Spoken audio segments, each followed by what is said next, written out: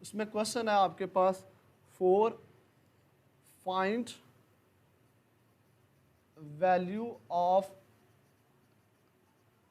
Remaining trigonometric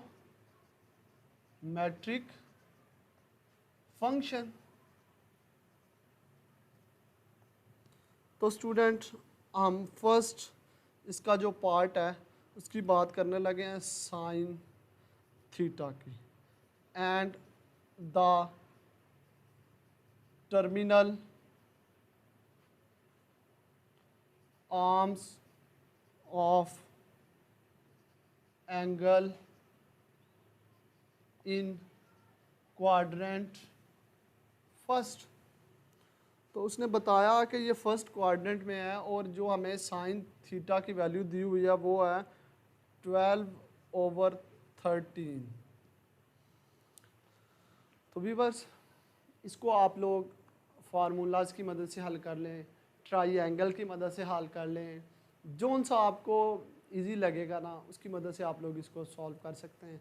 तो मैं कोशिश करता हूँ आपको ट्राई के तरीक़ा से इसको जो है ना वो समझा दूँ। तो उसके लिए पहले मैं साइन कॉस टेंजेंट के हवाले से आपको थोड़ा सा व्यूज़ दूंगा कि साइन को कैसे याद रखना है, कॉस को, टेंजेंट को। तो उसके लिए एक सिंपल सा फार्मूला है, some people have curly brown hair that problem brush. Some people have curly brown hair that problem brush। Some mean S है ना, तो S मीन साइन थीटा, वो अब P है परपेंडिकुलर, H है हाइपोटीनियस। इसका ऑपोजिट अगर बात कर लें शॉर्टकट में तो वो आपके पास आ जाएगा कोसिकेंट थीटा, वो आएगा हाइपोटीनियस। ऑपोजिट कर दें इसको, एक्स कर दें इसका, और परप आ जाएगा आपके पास। कर्ली की बात करें तो इसके में आ जाएगा आपके पास कॉस थीटा, वो बेस ओवर हाइपोटीनियस आ जाएगा। और इसका ऑपोजिट हमारे पास सीकेंट थीटा है, वो आ जाएगा हाइपोटीनियस ओवर बेस आ जाएगा। टेंजेंट की बात करने लगे हैं तो टेंजेंट हमारे पास आ जाएगा परपेंडिकुलर ओवर बेस। तो स्टूडेंट अब नेक्स्ट की बात करते हैं इसको ऑपोजिट की, तो वो को टेंजेंट आ जाएगा हमारे पास बेस ओवर परपेंडिकुलर। तो यहाँ एक छोटी सी ट्राइंगल बना लेते हैं। तो ट्राइंगल के हवाले से देख लेते हैं जी। तो हम इधर फार्मूले से देखते हैं कि ये परपेंडिकुलर ओवर हाइपोटीनियस है। तो ये अगर थीटा की बात करें हम लोग, तो राइट एंगल के जो सामने होता है, सामने वाला जो आपके पास साइड होती है, ये हमारे पास परपेंडिकुलर है। एंगल के सामने इसको एल्टीट्यूड की बात करते हैं या परपेंडिकुलर की बात करते हैं, और ये हमारे पास जो बाकी बच जाता है वो बेस है। तो स्टूडेंट इसमें हमारे पास क्या आएगा, परपेंडिकुलर, परपेंडिकुलर हमारे पास 12 है और हाइपोटीनियस हमारे पास 13 है। तो हम पहले एक वैल्यू रह गया बेस की, तो यहाँ लिखेंगे यूजिंग, वो निकालने के लिए हम पैथागोरियन थ्योरम लगाएंगे, यूजिंग पैथागोरियस थ्योरम।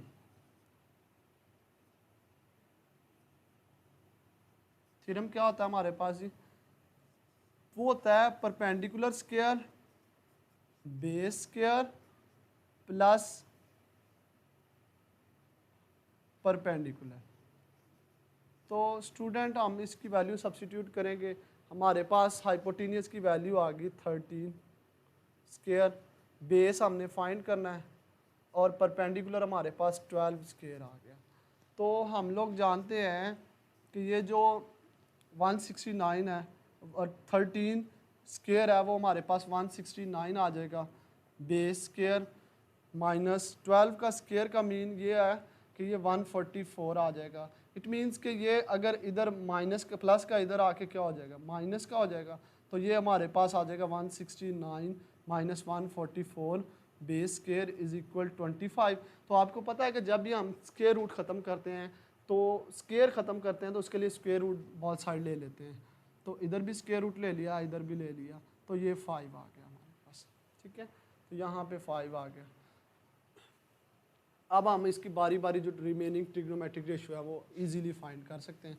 यहाँ लिखते हैं रिमेनिंग ट्रिग्नोमेट्री।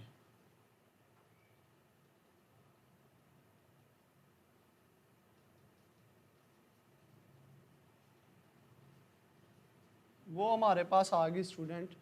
ये जो साइन है इसका ऑपोजिट लेना है आपने, कोसिकेंट।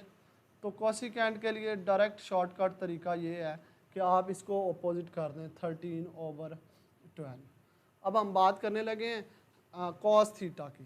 तो कॉस थीटा के लिए हमने फार्मूला पढ़ा हुआ है बेस ओवर हाइपोटेनियस, तो इसमें बेस 5 है, हाइपोटेनियस क्या हमारे पास 13 है। तो स्टूडेंट अब आप इसका ऑपोजिट ले लें, तो ऑपोजिट को मैंने बताया इसके जो फ्रैक्शन है ना इसको चेंज कर देंगे, नोमिनेटर को डिनोमिनेटर और डिनोमिनेटर को नोमिनेटर। अब बात करने लगे हैं स्टूडेंट टेंजेंट थीटा की।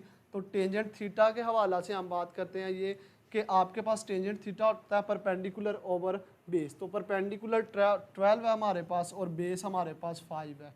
तो कॉट थीटा की बात करने लगे हैं वो हमारे पास इसका ऑपोजिट हो जाएगा 5/12।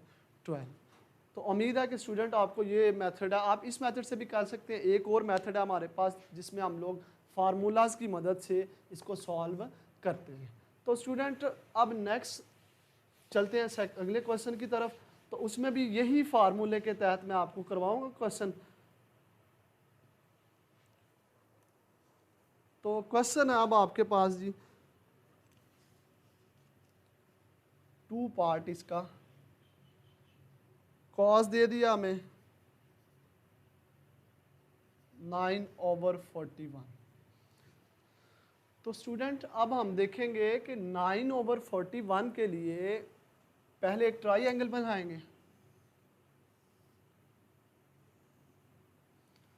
अब इस ट्राइंगल की मदद से हम देखेंगे कॉस थीटा जो होता है कर्ली ब्राउन हेयर होता है, तो इसका मतलब है बेस ओवर हाइपोटेनियस होता है, तो इसका मतलब है बेस ओवर हाइपोटेनियस आ गया आपके पास यूजिंग पाइथागोरियंस थ्योरम।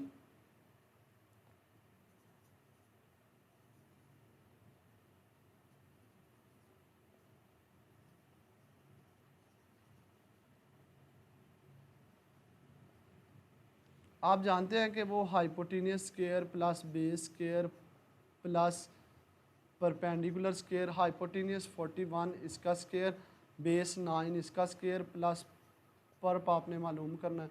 तो स्टूडेंट 41 का जो स्क्वायर आएगा हमारे पास वो क्या होगा ज़रा देखिएगा। 41 स्क्वायर हमारे पास आएगा जी 41 मल्टीप्लाई 41 कर देंगे तो 1681, और इधर की बात करेंगे तो ये हमारे पास आ जाएगा जी 81 प्लस पी स्क्वायर। तो यहाँ पे 681 माइनस 81 कर देंगे पी स्क्वायर, तो P square is equal to आ जाएगा 1600। तो आप स्क्वायर रूट कर दें 1600 को, तो वो आपके पास इधर भी स्क्वायर रूट कर दें इधर भी स्क्वायर रूट कर दें तो पी आपके पास आ जाएगा 40। इसका मतलब है ये जो इसका परपेंडिकुलर है वो 40 आ गया। अब सिंपल जैसे हमने पहले किया स्टूडेंट वैसे कर दें आप लोग इसको। अब कोसिकेंट है इसका रिमेनिंग क्या बनेगा, सीकेंट कॉस थीटा का सीकेंट थीटा और वो 41/9 आ जाएगा। अब हम बात करेंगे साइन थीटा की। Some people have perpendicular over hypotenuse, तो परपेंडिकुलर 40 हाइपोटेनियस 41। इसका ऑपोजिट करेंगे तो वो हमारे पास कोसिकेंट थीटा आ जाएगा, क्योंकि एस का ऑपोजिट सी होता है। कोसिकेंट थीटा वो आपको 41/40 आ जाएगा। अब बात करते हैं जी टेंजेंट की। डेट प्रॉब्लम द ब्रश, तो इसका इट मीन्स के परपेंडिकुलर ओवर बेस आ जाएगा आपके पास 9। तो कॉट थीटा की बात करेंगे वो 9/40 आ जाएगा स्टूडेंट। ठीक है, अब नेक्स्ट क्वेश्चन की तरफ हम लोग चलते हैं। ये मेथड सबसे आसान है और ये आप छोटे लेवल पे करके आए हैं स्टूडेंट, जैसा कि आपने 10th में किया या आपने 8 के अंदर किए हुए हैं ना, इसलिए मैं आपको ये वाला मेथड जो है वो यूज़ कर रहा हूँ। इसके अलावा आप फार्मूला के मेथड से भी कर सकते हैं आप इसको। थर्ड वाला पार्ट है cos theta -3/2 and the terminal arms of angle lies in the third quadrant। ये कौन से क्वाड्रेंट में आ रहा है जी? थर्ड क्वाड्रेंट के अंदर आ रहा है। तो ज़रा देखिएगा, हम पहले इसका पे फार्मूला लगाते हैं और फिर आगे बात करते हैं। तो हमने ट्रायंगल बना लेनी है वैसे। तो आप जानते हैं कि ये जो कॉस जो है कर्ली ब्राउन हेयर है, मींस के पर बेस ओवर हाइपोटेनियस है, तो बेस इसमें क्या आएगी आपके पास 3, हाइपोटेनियस 2 आ जाएगा। यूजिंग पैथागोरियस थ्योरम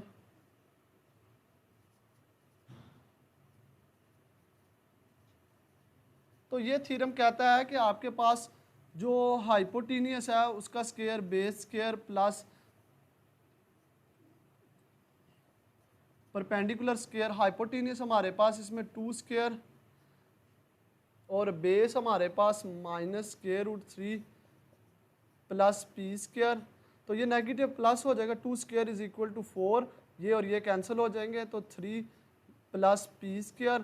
तो P square is equal to 4 - 3, P square is equal to 1, square root ले लेंगे, पी इज इक्वल टू 1 के आ जाएगा। 1 स्क्वायर रूट मीन 1 नहीं आ जाएगा आपके पास। तो व्यूअर्स हम लोग बात करते हैं आप रिमेनिंग ट्रिग्नोमेट्रिक रेशियोज के हवाले से। तो कॉस का जो ऑपोजिट है वो कौन सा हमारे पास? वो सीकेंट है। तो थर्ड कोऑर्डिनेट में सीकेंट जो है वो हमारे पास नेगेटिव। ठीक है जी, अब बात करने लगे हैं साइन थीटा की। परपेंडिकुलर ओवर हाइपोटेनियस, तो परपेंडिकुलर इसमें हमारे पास क्या है 1 है और हाइपोटेनियस हमारे पास इसमें है 2 है। लेकिन स्टूडेंट हमने बात ये सीखी है कि थर्ड जो क्वाड्रेंट है ना उसके अंदर साइन जो होगा वो हमारे पास नेगेटिव होगा, तो इसलिए यहाँ पे नेगेटिव साइन आ जाएगा। सेम इसी तरह इसका ऑपोजिट वो भी हमारे पास नेगेटिव होगा, लेकिन 2/1 मीन 2 ही रहेगा हमारे पास। अब टेंजेंट की बात करने लगे हैं, तो टेंजेंट हमारे पास थर्ड जो क्वाड्रेंट की बात करेंगे, टेंजेंट हमारे पास है परपेंडिकुलर ओवर बेस। तो परपेंडिकुलर आपके पास 1 है, बेस हमारे पास 3 है और नेगेटिव है बेस में। तो इट मीन्स कि हम लोग क्या करेंगे, अब थर्ड क्वाड्रेंट में जो है वो हमारे पास टैन जो है वो पॉजिटिव होता है, यहाँ पे नेगेटिव ही रहेगा फिर, क्योंकि ये नेगेटिव इसके साथ साइन है। ठीक है स्टूडेंट, तो अब आगे बात चलते हैं कॉट थीटा की। तो वो हमारे पास नेगेटिव √3/1 आएगा, 1 लिखने की ज़रूरत। ठीक है स्टूडेंट, अब हम लोग बात करते हैं नेक्स्ट क्वेश्चन की तरफ बढ़ते हैं और देखते हैं कि इसमें क्या क्या चीज़ें दी हुई हैं।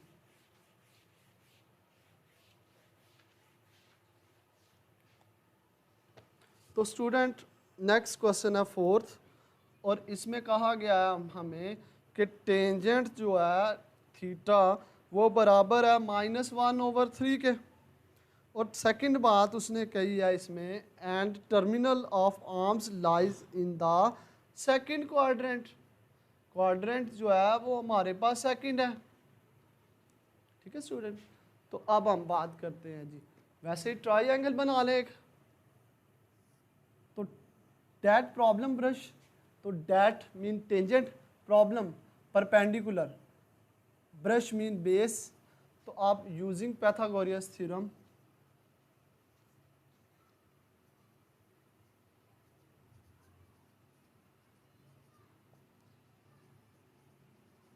तो वो थ्योरम कहता है कि base square hypotenuse square base square plus perpendicular square. तो हाइपोटेनियस क्या आएगा, बेस हमारे पास -1 स्क्वायर, परपेंडिकुलर 3 स्क्वायर, तो तो हाइपोटेनियस 1 + 9, तो हाइपोटेनियस 10 आ गया। 10 स्क्वायर रूट ले लेंगे दोनों साइडों पे, तो हाइपोटेनियस जो आ गया वो हमारे पास स्क्वायर रूट 10 आ गया। अब व्यूअर्स बात ये करेंगे हम लोग कि वैसे ही जैसे हमने पहले किया है वो हम लोग यूज़ करेंगे फार्मूलाज और इसको सॉल्व करेंगे।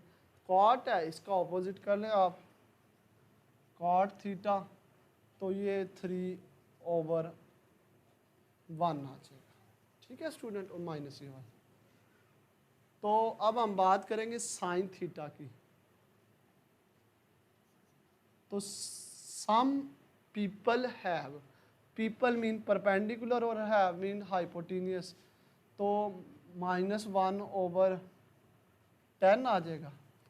तो सेकंड क्वाड्रेंट में जो साइन है वो हमारे पास क्या कहलाएगा, वो हमारे पास पॉजिटिव होता है। इट मीन्स कि यहाँ नेगेटिव साइन यूज़ नहीं करेंगे हम लोग स्टूडेंट।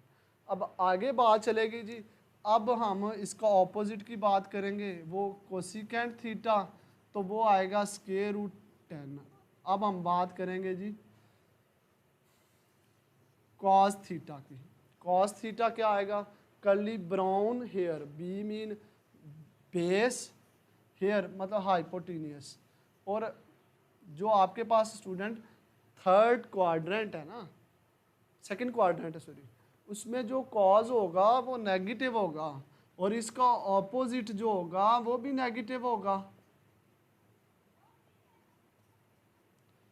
अब नेक्स्ट क्वेश्चन की तरफ चलते हैं हम लोग कि इसमें देखेंगे हम कैसे फाइंड करते हैं वैल्यूज़।